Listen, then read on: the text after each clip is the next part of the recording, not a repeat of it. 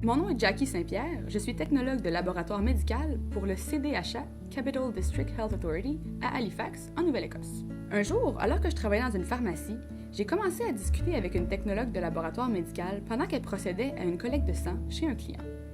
Tandis qu'on a appris à se connaître, elle s'est dit que le métier de TLM serait compatible avec ma personnalité, puis elle a décidé de me parler des étapes à suivre pour devenir technicienne. À ce point dans ma vie, j'avais déjà complété 4 ans d'études postsecondaires, et 5 ans plus tard, même si j'avais déjà travaillé dans plusieurs types d'emplois, j'avais jamais vraiment eu l'impression d'avoir une vraie carrière. Après cette conversation avec la TLM, je suis retournée à la maison, j'ai fait quelques recherches sur le programme à suivre pour devenir technicienne, puis j'ai réalisé qu'il semblait parfait pour moi.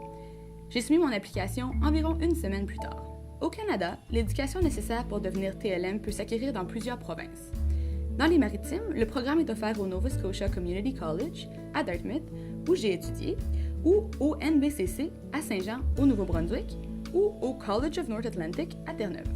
Pour devenir un technologue de laboratoire médical, il faut compléter un programme de 2 ans et passer à travers le processus d'accréditation médicale canadienne, qui peut être fait à un niveau collégial ou universitaire. Après avoir gradué puis obtenu le diplôme, il faut passer un examen pour avoir la certification nationale de la Société canadienne de sciences de laboratoire médical. En Nouvelle-Écosse, une fois l'examen complété, il faut ensuite appliquer au NSC-MLT pour avoir un permis de pratique provincial. Avec ce permis, vous êtes après qualifié pour travailler dans tous les laboratoires de la province.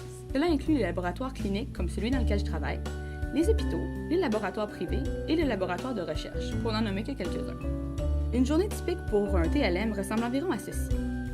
Dépendamment du type d'environnement dans lequel vous travaillez, il est possible que vous fassiez une collecte d'échantillons de sang chaque matin pour quelques heures. Dans le laboratoire dans lequel je travaille, c'est quelque chose qu'on fait très rarement, étant donné qu'on est un centre de référence pour toutes les provinces maritimes. Il y a toujours des offres d'emploi disponibles dans la province. La réalité, c'est que beaucoup de travailleurs prendront leur retraite dans les années à venir, ce qui va créer beaucoup d'opportunités pour les nouvelles personnes qui entrent sur le marché du travail. Mon expérience en tant qu'étudiante a été incroyable, mais très occupée.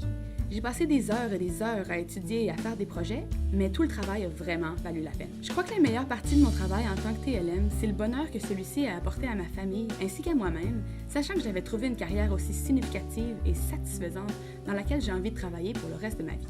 Parmi les défis liés à la profession, je dois dire que le centre pour lequel je travaille est en service 24 heures sur 24. Avoir un horaire de quart de travail peut être vu comme un défi, mais en réalité, si vous êtes une personne organisée et capable d'effectuer plusieurs tâches en même temps, c'est vraiment pas un problème. Voici le conseil que je donnerais à tous ceux qui considèrent devenir TLM. Si vous décidez de vous lancer dans le programme pour devenir technicien de laboratoire médical, sachez que tout le travail que vous allez y mettre va vraiment être récompensé à la fin.